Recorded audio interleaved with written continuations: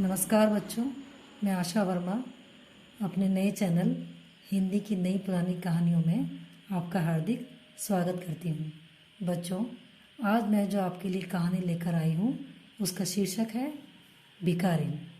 भिखारिन यानी वह स्त्री जो भीख मांगकर अपना दिन बसर करती हो। तो बच्चों, कहानी इस प्रकार से है।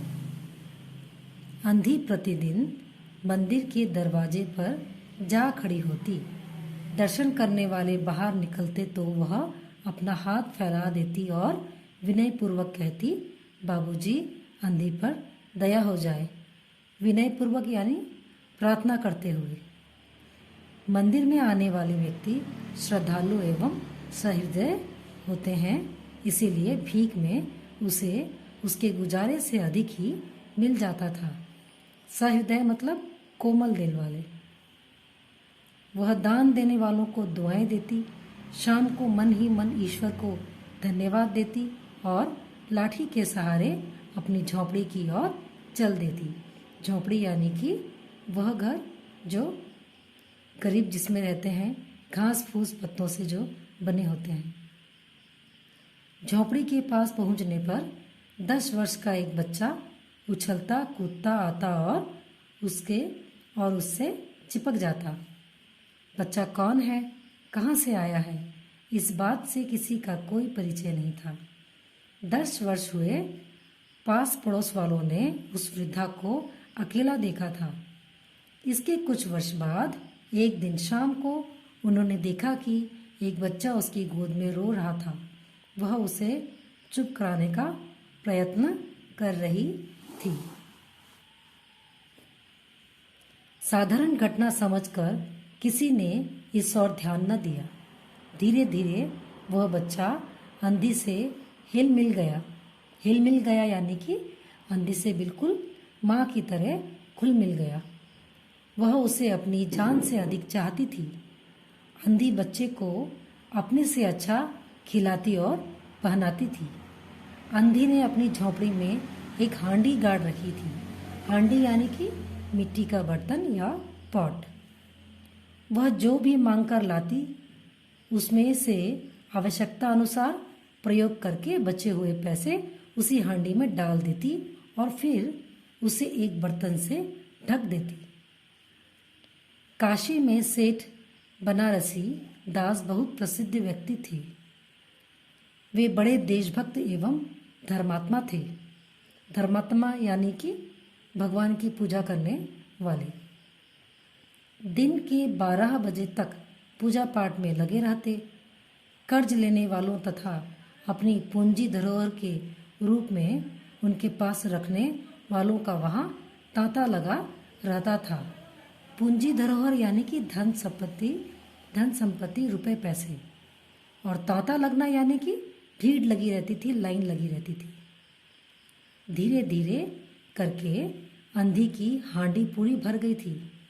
वह उस हांडी को अपने आंचल में छिपाकर सेठ जी के पास धरोहर के रूप में रखवाने के लिए जा पहुंची। धीरे धीरे कहकर ये जो हांडी है ये बिल्कुल पैसों से भर गई थी और आंचल यानी कि साड़ी के पल्लू में छुपाकर वो अपने पूंजी को सेठ जी के पास रखने के लिए गई। सेठ जी ने पूछा, बुढ़िया क्या है?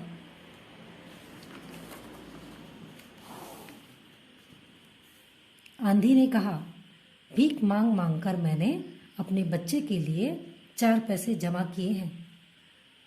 अपने पास इन्हें रखने से डरती हूँ। कृपया आप इन्हें अपने पास रख लें। सेठ जी ने मुनीम जी से कहा, इसके नाम जमा कर दो। मुनीम ने उसका नाम पता पूछ लिख लिया।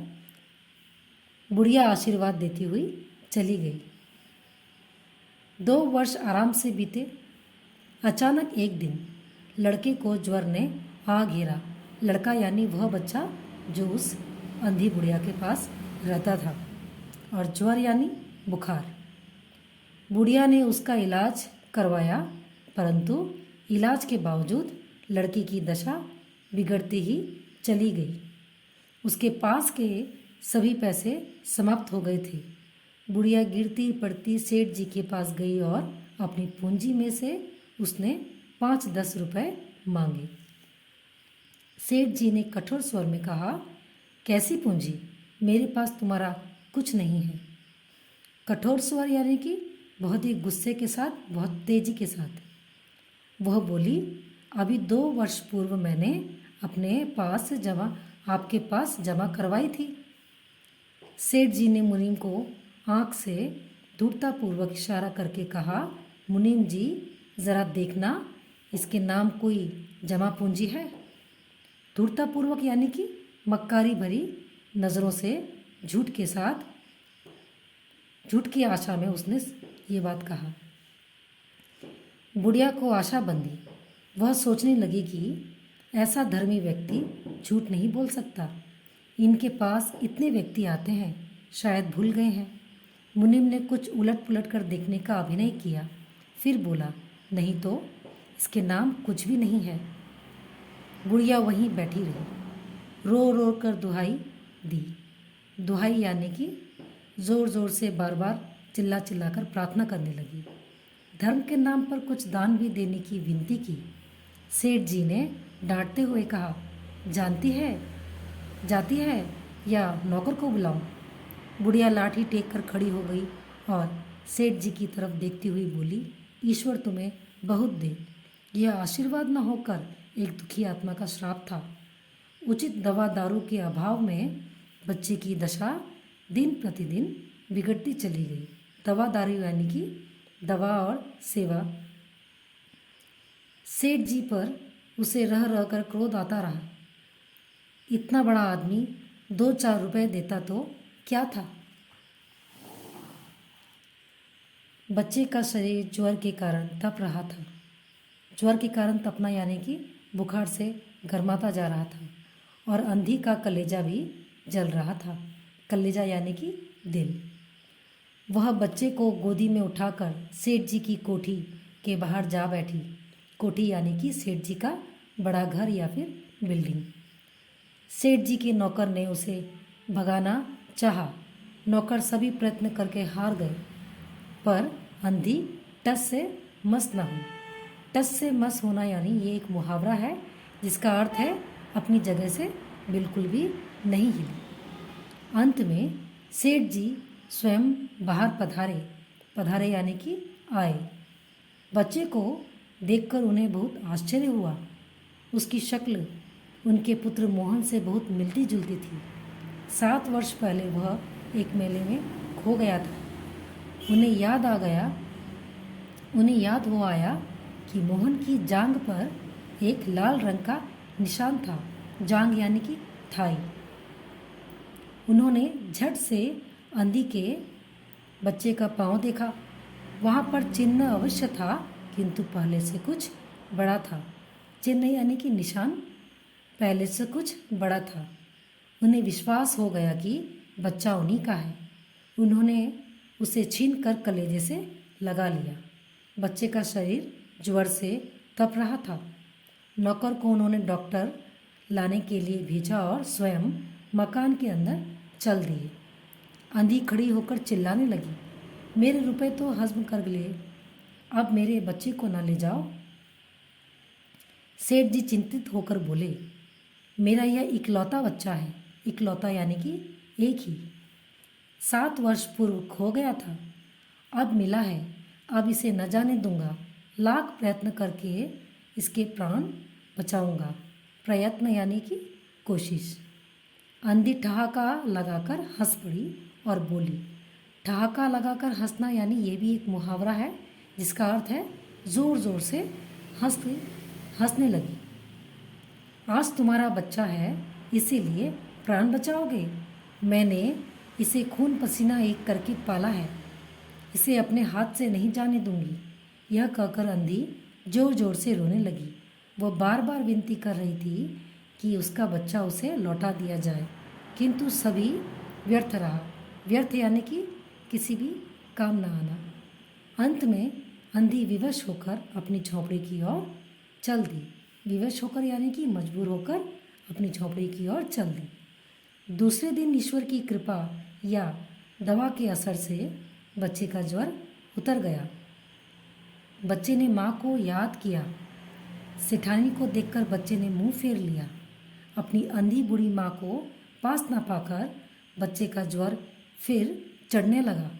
डॉक्टरों ने जवाब दे दिया। सेठ जी गाड़ी लेकर अंधी को लेने पहुँचे। झोंपड़ी बिना द्वार की थी। द्वार यानी दरवाज़ा।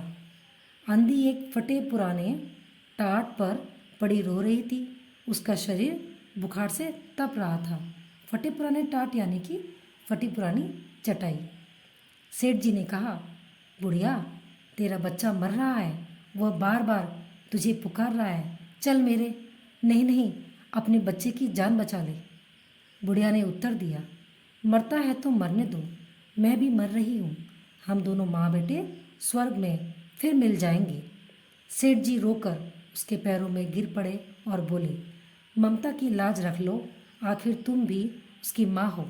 ममता यानी माँ जैसा स्नेह। माँ की ममता ने बुढ़िया को बेचैन कर दिया। सेठ जी ने उसे सहारा देकर उठाया। कोठी में जाकर उसने मोहन के सिर पर हाथ फेरा। ममता का एहसास पाकर मोहन ने तुरंत आंखें खोल दी। 15 दिन में मोहन पूरी तरह स्वस्थ हो गया। अंधी ने विदा मांगी। सेठ जी ने बहुत प्रयत्न किया कि वह उनकी कोठी में ही रह जाए, पर वह स्वाभिमानी महिला न मानी। स्वाभिमानी का अर्थ है सेल्फ रिस्पेक्ट, यानी जो अपना काम स्वयं करना पसंद करते हैं। चलते समय सेठ जी ने उसके रुपयों की थैली उसे देनी चाहिए, परंतु उसने कहा, ये रुपए तो मैंने मोहन के लिए इकट्ठे किए थे, इसे ही दे देना, उसे ही दे देना। थैली वहीं छोड़कर वह लाठी टेकती हुई चल दी। उस समय सेठ जी याचक थे और वह दाता थी। याचक यानी मांगने वाला और दाता यानी देने वाला, जैसे ईश्वर होते हैं। कहानी के लेखक का नाम है रविंद्रनाथ टैगोर। तो बच्चों, इस कहानी से जो सीख हमें मिलती है वो यह है कि हमें कभी भी अपने स्वार्थ के चलते, अपने लालच के चलते किसी भी गरीब या निर्बल को झूठ नहीं बोलना चाहिए, धोखा नहीं देना चाहिए। क्योंकि अगर उनके दुख का श्राप हमें लगेगा तो एक दिन हमारी हालत उनसे भी बदतर हो जाएगी, जैसे कि इस सेठ जी की हो गई थी।